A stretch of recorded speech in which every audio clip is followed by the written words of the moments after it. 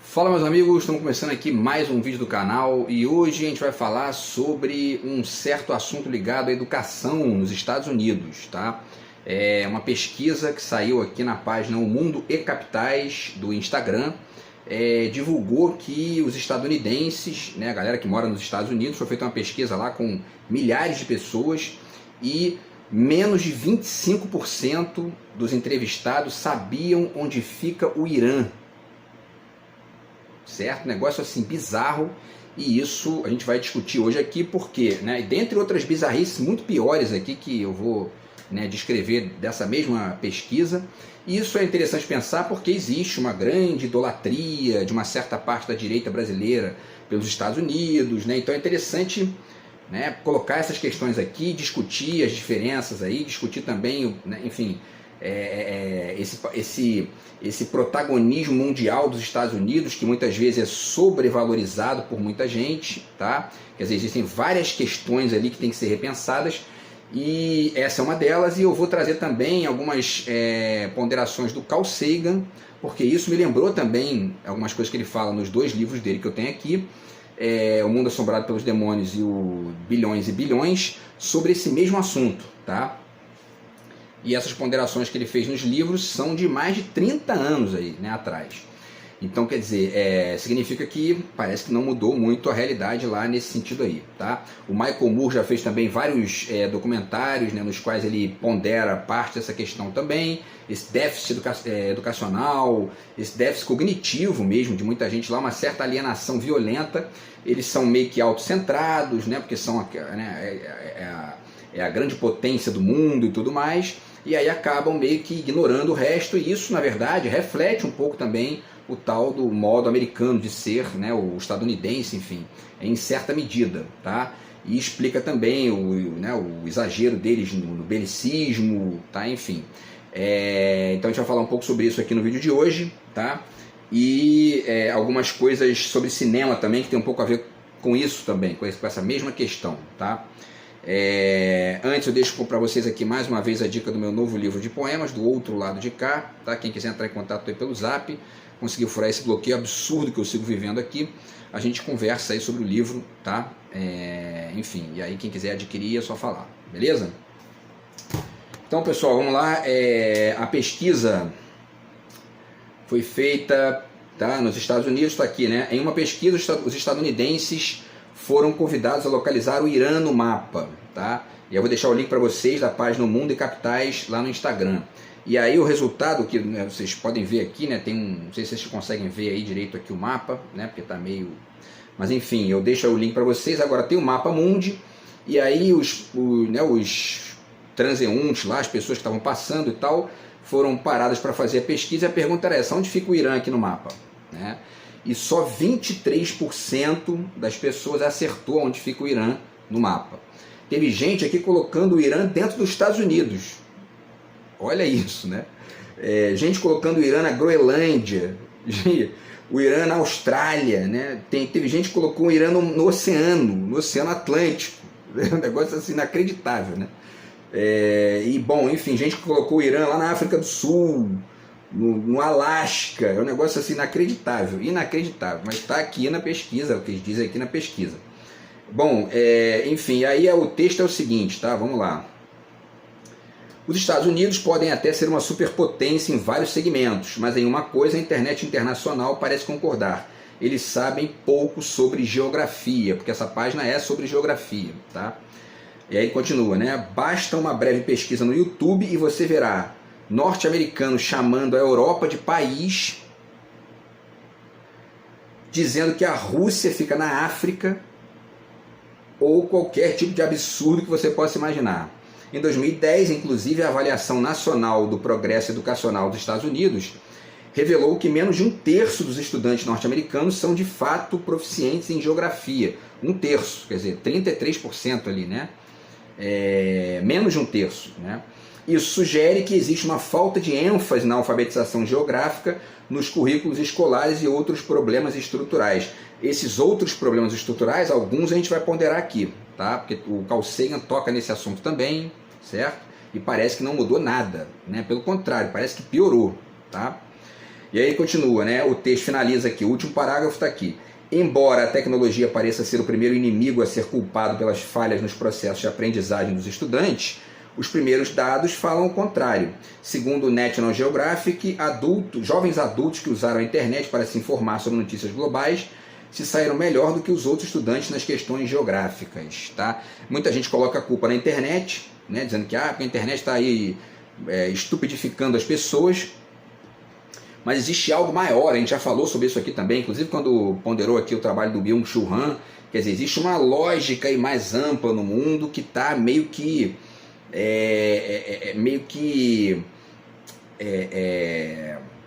como é que eu vou dizer, qual é a palavra aqui? Está meio que setorizando as pessoas, né? Ou segmentando as pessoas, segmentando é a melhor palavra, está segmentando as pessoas numa estratificação de fragmento e velocidade, meio que tudo junto ali misturado, que acaba fazendo a pessoa ficar meio estupidificada mesmo, né?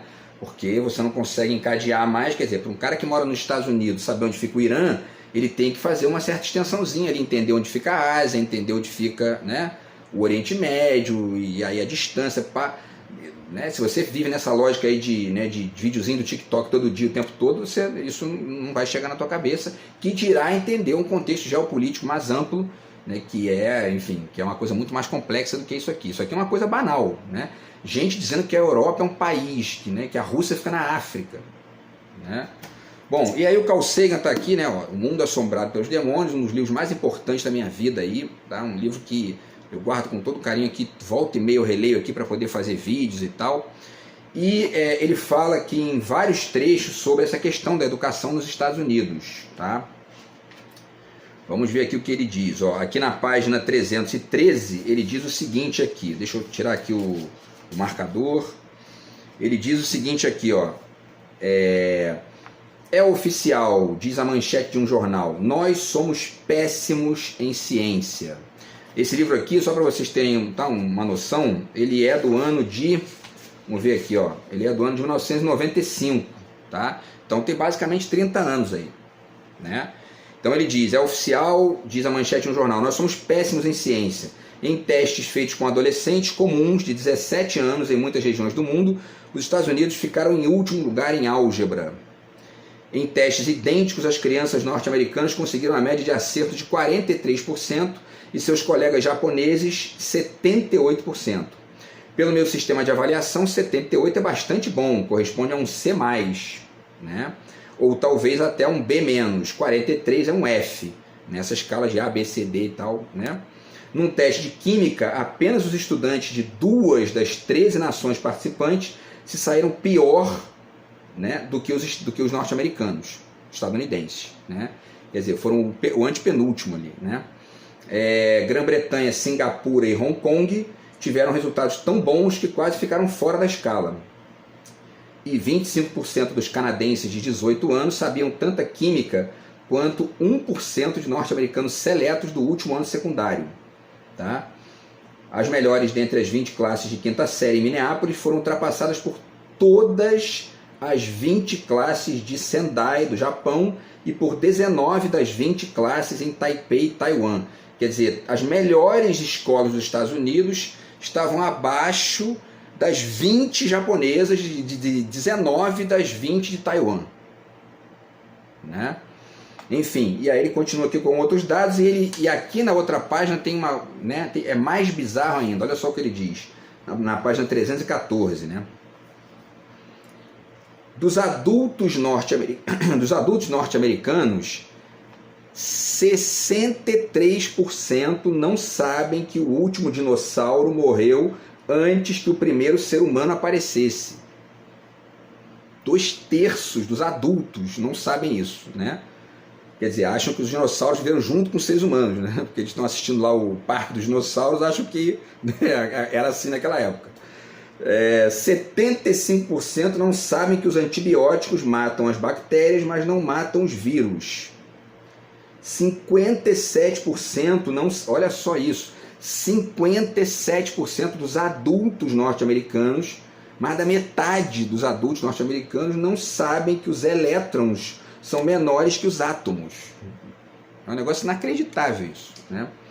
E ele continua, as pesquisas de opinião mostram que aproximadamente metade dos adultos norte-americanos não sabe que a Terra gira ao redor do Sol e leva um ano para fazer a volta.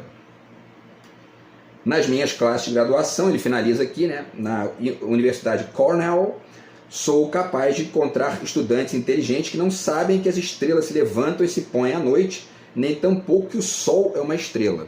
Enfim, tá? Então ele narra uma série de outros casos bizarros aqui. Aqui, por exemplo, né, vamos ler mais um aqui que é menos bizarro que isso, mas também bizarro, olha só.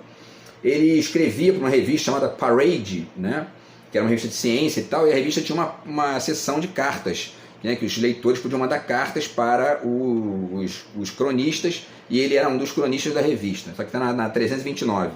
E aí ele diz aqui, né, uma versão abreviada do capítulo anterior, enfatizando o desempenho de alunos e professores, foi publicada na revista Parade, né, ou seja, esse capítulo que ele fala, né, do déficit educacional dos estadunidenses, foi publicado na revista e gerou as cartas, né? Olha as cartas que mandam para ele aqui.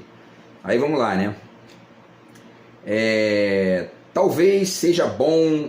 eu vou ler só umas 3 cartas aqui que mandaram para ele. A primeira é a seguinte: talvez seja bom não sermos tão inteligentes quanto os outros países, pois assim podemos importar todos os nossos produtos e depois não temos de gastar todo o nosso dinheiro comprando as partes para as mercadorias. Né? A segunda: e se os outros países estão se saindo melhor, que importa? Pois muito provavelmente eles vão acabar vindo para cá mesmo. Né? Porque de certa forma foi o que eles fizeram na época da Segunda Guerra com os cientistas alemães, né? Com o Einstein, com o Oppenheimer lá da bomba atômica. O Oppenheimer acho que não era alemão, mas o Einstein, uma série de outros ali, o Ziller eu acho também que era húngaro, se não me engano. Então quer dizer, vários vieram de lá e aí parece que fica essa ideia. Só que, né, e aí? Aí o cara não precisa estudar para poder, né, não precisa saber porcaria nenhuma, porque, né? E a última aqui diz: a nossa sociedade está indo muito bem com as descobertas que estamos fazendo. É lento, mas a cura para o câncer está vindo. Então, quer dizer, tem tudo a ver, né? Quer dizer, o país vai piorando em ciência e a figura acha que o câncer... Aliás, parece que a Rússia agora está descobrindo uma vacina para o câncer aí, né? Então, quer dizer... Bom, então tá aqui, pessoal, certo? O mundo assombrado pelos demônios, que é uma realidade que o Carl Sagan está descrevendo aqui, lá da metade da década de 90, quer dizer, né, já tem 30 anos isso e não mudou. E um último comentário dele também aqui no Bilhões e Bilhões, que também é sobre isso, tá? Que é um outro livro muito legal dele aqui, tá? Foi o último livro, eu acho, que ele escreveu antes de falecer. Na página, deixa eu ver aqui... Na página 225, ele também comenta isso, tá? Ele fala o seguinte aqui, ó. Usa a tecnologia que potencialmente salva vidas, difere de nação para nação. Os Estados Unidos, por exemplo, têm a taxa de mortalidade infantil mais elevada de qualquer nação industrial, ou seja, onde mais morre criança, né, per capita, tá? Ele continua: tem mais jovens negros na prisão do que na faculdade. E a porcentagem de seus cidadãos que está na cadeia é maior do que a de qualquer outra nação industrial. Os Estados Unidos é o lugar onde mais tem presidiário no mundo, né? E também é a maior taxa de reincidência de crime, segundo o Michael Moore, lá o documentário dele, que eu já falei dele para vocês aqui. Seus estudantes, ele continua, seus estudantes têm em geral um desempenho fraco nos testes de ciência e matemática padronizados, quando comparados com estudantes da mesma idade em outros países. Leia-se aqui especialmente a Europa, né, e Austrália, Japão, enfim, tá? A disparidade na renda real entre os ricos e os pobres, bem como o declínio da classe média, tem crescido rapidamente na última década e meia. Essa disparidade de renda é a desigualdade econômica, né? Que, né, o PIB dos Estados Unidos é muito grande, a gente já falou disso aqui várias vezes, né? O PIB dos Estados Unidos é muito grande e isso acaba enganando, porque a renda per capita fica alta, porque tem, né, dos 20 maiores bilionários do mundo, 15 são dos Estados Unidos, quer dizer. Então, quer dizer, tem muito dinheiro lá na mão de algumas pessoas, e, enfim, mas tem muito pobre também, porque a renda per capita fica alta e engana. A renda per capita parece que em torno de $80 mil por ano, que é uma renda alta, em nível de Europa, só que a desigualdade econômica dos Estados Unidos é muito maior, porque existe essa quantidade muito grande de bilionários lá, né? enfim, isso acaba enganando, inclusive, criando uma ilusão ali de que existe uma classe média necessariamente com poder de compra e tudo mais, tá? Bom, ele finaliza aqui, tá? Os Estados Unidos ocupam o último lugar entre as nações industrializadas quanto à fração da renda nacional doada a cada ano para ajudar os povos de outros países. A indústria de alta tecnologia tem abandonado as praias norte-americanas. Depois de ser líder mundial em quase todos os aspectos na metade do século, há alguns sinais de decadência nos Estados Unidos. Tá? E aí ele finaliza aqui. Então, assim, é interessante pensar isso, por quê? Porque existe essa idolatria, né? Acabei de falar aqui agora há pouco, especialmente da direita brasileira, dos Estados Unidos. Isso não significa que os Estados Unidos sejam, né, só isso, obviamente que não. São aí, enfim, né, muito interessantes na parte tecnológica, na parte mesmo ali ligada às pesquisas de Estado na NASA, que aí depois vão para, enfim, né, acabam se transformando aí em lógicas de internet para o grande público. A gente usa as redes sociais aqui, que em grande medida são deles lá também, e tem a cultura, tem a arte, tem a música, tem, enfim, né, uma série de coisas bacanas. Vou até falar um pouquinho disso no final. Tem o cinema, que é também uma questão interessante, porque essa é a questão, né? Eles produzem coisas muito interessantes, mas ao mesmo tempo estão ali numa lógica tão meio que autocentrada que acabam nessa meiuca aí, ao mesmo tempo que produzem coisas muito inovadoras, acabam uma parcela dessa população, tanto no nível dos ricos que produzem ali as coisas, né? A indústria do cinema, por exemplo, quanto nos pobres, na classe média, acabam se isolando do resto do mundo. 23% só sabe onde fica o Irã. Gente dizendo que o Irã fica no Alasca, fica na Groenlândia, né? Na África do Sul, no meio do oceano, né? Então, assim, e isso não é uma raridade, tá? São mais de 70% que acha isso. Então tem essa ambivalência radical da cultura dos Estados Unidos e da própria forma como o país vai se desenvolvendo, e que está bem denunciado aqui na fala do Carl Sagan, que não é um comunista da Rússia, nem chinês, não é petista, tá, né? Antes que os bolsominions fiquem aí, né? O Carl Sagan não era petista, certo? Então, assim, é um cara que tinha ali, era um dos chefes da NASA lá, um cara reconhecido no mundo inteiro, e está aí denunciando um tipo de lógica que é importante ponderar. Para quê, né? Para a gente não ficar aqui, porque um dos meus objetivos aqui, com essa ponderação no vídeo de hoje, que tem um cunho educacional, que tem ali uma conexão com a filosofia, com a reflexão, é justamente ponderar que essa idolatria exagerada acaba fazendo a gente acreditar, inclusive, em mentiras deles ou estratégias ali marotas deles, né, na economia. Via direita brasileira, via Paulo Guedes, via Bolsonaro, que vai lá dizer I love o Trump, né? Então, assim, é interessante entender que a gente não está lidando ali com um paraíso perfeito, com um lugar que não tem nada para... Muito pelo contrário, né? Se existem países aí com um nível de sociedade de maneira geral, enfim, dignos de servir de exemplo, não está ali, né? A gente pega pedaços ali da cultura dos Estados Unidos e se apropria e conecta aqui com o que a gente está vivendo. Agora, tem coisas que a gente está pescando de lá e que são dispensáveis. Essa estupidez, por exemplo, é dispensável, né? Tá? Enfim, e aí o cinema é uma dessas questões, né? Então tá aqui, ó, esse livro da Ana Maria Baiana, Como Ver um Filme, tá? E por que é importante citar o cinema? Porque a indústria cinematográfica dos Estados Unidos é a maior do mundo. E aí entra uma questão interessante, porque ela fala aqui, esse livro é muito bacana, tá? E ela fala aqui, especialmente na parte dos filmes de ação e aventura, ela descreve aqui qual é a estrutura do filme de ação, que é a ponta de lança da cultura, né, da indústria cinematográfica dos Estados Unidos. São os filmes de maior bilheteria, são aqueles que são feitos para vender a cultura dos Estados Unidos, né, no mundo, pela via da ideologia, pela via dos símbolos que estão ali, dos valores que estão ali.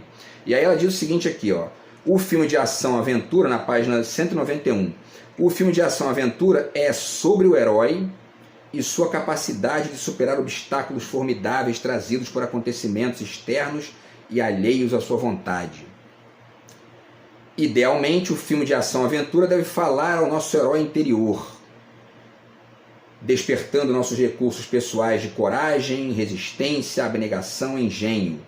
Como no princípio aristotélico, o herói não deve precisar de palavras para nos empolgar. Seus atos, decisões e reações, frente a obstáculos que nós, na plateia, não ousaríamos enfrentar, é que devem nos convencer de seu heroísmo. Tá? E aí ela finaliza, né? Num bom filme de ação, os obstáculos não são gratuitos, são testes das virtudes do herói. Agora tem um negócio que é interessante que ela fala na página seguinte, que é justamente o que a gente tem que refletir aqui nesse contexto, né, que eu estou ponderando, que ela diz que ela lista os elementos essenciais do filme de ação, tá? E aí ela diz, os elementos essenciais são heróis extraordinários, antagonistas à altura dos heróis, ou seja, vilões, né? E obstáculos tão ou mais extraordinários que os heróis e violência. Só que quando ela fala dos antagonistas, que são os vilões, né? Ela descreve da seguinte forma: é uma noção básica de todo drama, os antagonistas à altura dos heróis, né? É uma noção básica de todo drama e filme de ação que o herói deve ter um oponente, world opponent, né? Um inimigo à altura, tá? Tão medonho quanto o herói for extraordinário. E ela cita exemplos, né? Dr. No para o James Bond, Hans Gruber para o John McClane, etc. e tal. Só que ela não diz uma coisa, né? Que obviamente não é uma intenção direta de todo filme, de ação quase nenhum, né? Você tem que olhar para o vilão quando você vê um filme. Tem, né? Se você quiser, tá? Mas enfim, tá? Porque eu não estou aqui ponderando, não estou aqui obrigando ninguém a nada, né? Mas se você te interessar a pensar o filme de maneira filosófica, você deve olhar para o vilão e começar a tentar ler aonde está justamente essa tentativa dos Estados Unidos de vender a sua própria cultura como a melhor de todas. Porque nos filmes dos Estados Unidos, o vilão, de fato, muitas vezes não é um antagonista à altura. Ele é alguém ali que é vendido como patético, como medíocre. Existe um filme, né, um documentário que se chama Filmes Ruins, Árabes Malvados, né, que o cara analisou 900 filmes dos Estados Unidos e todos eles colocam os árabes como vilões, patéticos, medíocres, etc. e tal, tá? Por que eu estou dizendo isso? Né? Porque essa é uma outra forma de demonstrar o quanto que a cultura dos Estados Unidos ela tem ali as suas limitações, ela tem os seus interesses específicos, e muitas vezes essa construção sistemática de um tipo de vilão, né, de uma cultura, por exemplo, como os árabes, né, em 900 filmes, vai ali poluindo a cabeça das pessoas de tal forma com isso, que muita gente aí está olhando para essas, né, mais de 30 mil mortes na Palestina, crianças, mulheres, gente, hospitais sendo destruídos, e não está nem aí para isso. Por quê? Porque são décadas de poluição com esse tipo de estética. O árabe como vilão, patético, né? E esse é um déficit também intelectual da cultura dos Estados Unidos que deve ser ponderado. Eles são muito autocentrados e ao mesmo tempo têm seus interesses ali políticos que são muito discutíveis também em várias medidas, né? E acabam gerando esse tipo de lógica aí que, né, acaba chegando na cabeça das pessoas de uma forma pobre, para dizer o mínimo, tá? Então, quer dizer, tudo isso é fruto aí de um cenário no qual a cultura dos Estados Unidos tem as suas limitações, tem os seus problemas, tem a população lá muitas vezes é muito ingênua, muito ignorante, né? Essa pesquisa mostra bem isso, né? E uma série de outras coisas, tá? E aí uma das ideias que ajuda a pensar isso é a ideia de analfabetismo funcional. Já falei desse livro aqui, ainda que também tenha suas, né, tenha seus senões aqui, esse conceito, né? Mas ele ajuda a pensar também essa lógica aí, tá? Porque de certa forma se encaixa aqui, né? Você não saber onde fica o Irã, você não saber que a Europa não é um país, mas é um continente, é analfabetismo funcional, assim, bizarro, né? Para dizer o mínimo. Talvez seja até mais do que isso, é analfabetismo total, né? Porque, sabe? Então é uma ideia legal de pensar aí. E aí outros exemplos aqui, tá? Quer dizer, o último exemplo é esse aqui, que eu já falei desse livro, Ideologia e Propaganda na Educação, a Palestina nos livros didáticos israelenses da Nurid Peled. Por que eu estou citando isso aqui, que não é dos Estados Unidos? Porque isso aqui é mais ou menos a mesma lógica que gera um sujeito que fica achando que a Europa é um país, quer dizer, um processo educacional, né, enfim, ruim, ainda que Israel, né, tenha aí os seus desempenhos bacanas, né, uma série dessas classificações internacionais. Só que se de repente fosse feita alguma pergunta no nível, né, do que é o palestino, como é que eles definiriam, talvez viessem respostas nesse nível aí que o Carl Sagan ponderou, né? E ela explica bem isso aqui. Eu não li o livro ainda inteiro, eu li aqui umas partes e tal, mas enfim, já vi um documentário sobre esse livro aqui também. Então, quer dizer, é esse mesmo tipo de lógica, porque a educação é fundamental, ela é produtora de, enfim, de reflexão ou produtora de ignorância, depende, né, do tipo, tá?